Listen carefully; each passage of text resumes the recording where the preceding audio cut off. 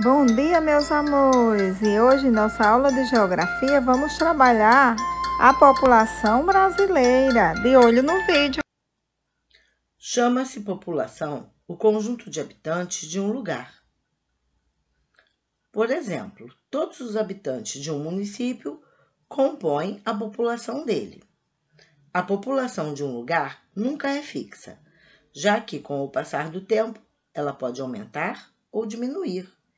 Isso depende do número de pessoas que nascem e morrem, além das que chegam de outro lugar ou se mudam.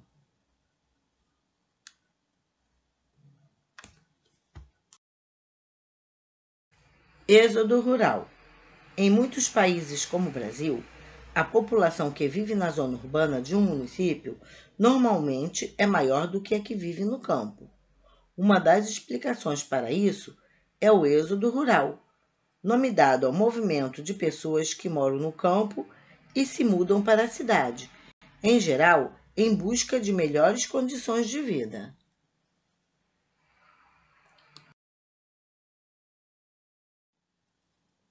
As pessoas que saem do município de origem para viver em outro município, estado ou região são chamadas de migrantes.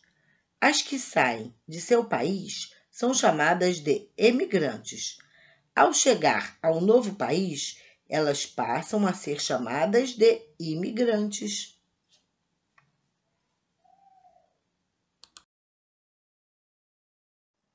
Como muitas pessoas chegam, saem, nascem e morrem, pesquisas são necessárias para determinar a população de cada município, estado e de todo o país. Com esse objetivo, o governo brasileiro, por meio do Instituto Brasileiro de Geografia e Estatística, faz censos demográficos periodicamente.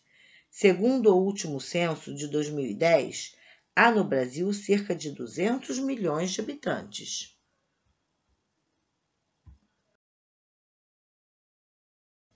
Censo demográfico.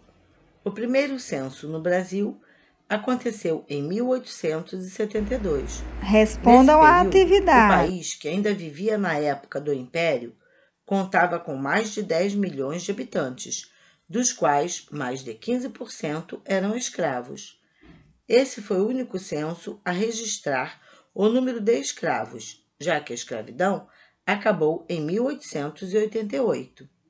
No primeiro censo, não havia estados como conhecemos hoje, mas províncias. Naquela época, o Brasil contava com 642 municípios, divididos em 1.440 paróquias. Os estados só passaram a existir depois da proclamação da República.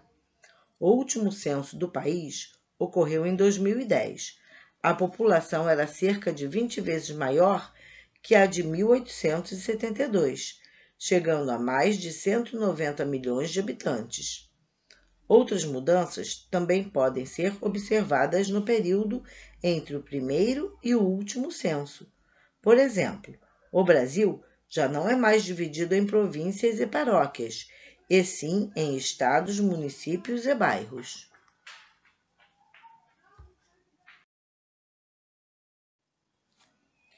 Não foi apenas o modo de divisão do território e o número de habitantes que mudaram de 1872 até hoje no país. A quantidade de idosos, crianças e adultos também sofreu grandes alterações.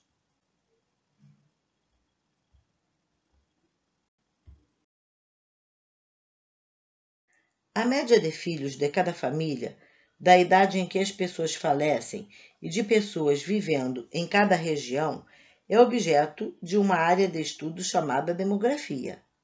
A demografia estuda as mais variadas características da população, fornecendo informações que nos ajudam a compreender como uma população se desenvolve e como estará no futuro. Com essas informações, o governo pode desenvolver medidas para lidar com possíveis mudanças, como um grande aumento populacional. Observe nos mapas abaixo o aumento da população entre 1960 e 2010.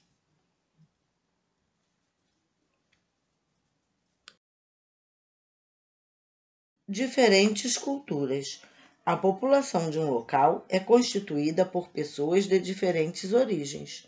Em alguns locais, as populações oriundas da imigração mantêm seus costumes e tradições. Podemos observar tais manifestações em construções, festas típicas, eventos religiosos e gastronomia, entre outros elementos.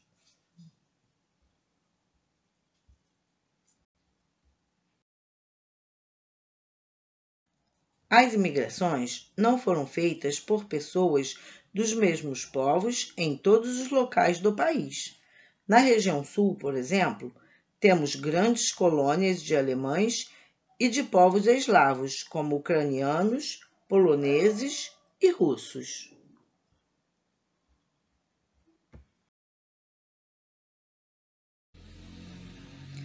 Nas regiões norte e centro-oeste, predominam imigrantes portugueses.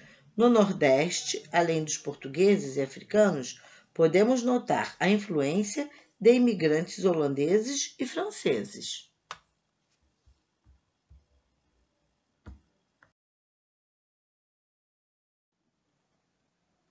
Na região sudeste, prevalecem portugueses e africanos, porém, em São Paulo, há também forte influência da imigração italiana, devido ao trabalho dos colonos nas lavouras de café e japonesa, constante até a Segunda Guerra Mundial. E este foi o nosso recadinho de hoje sobre população. Espero que tenham entendido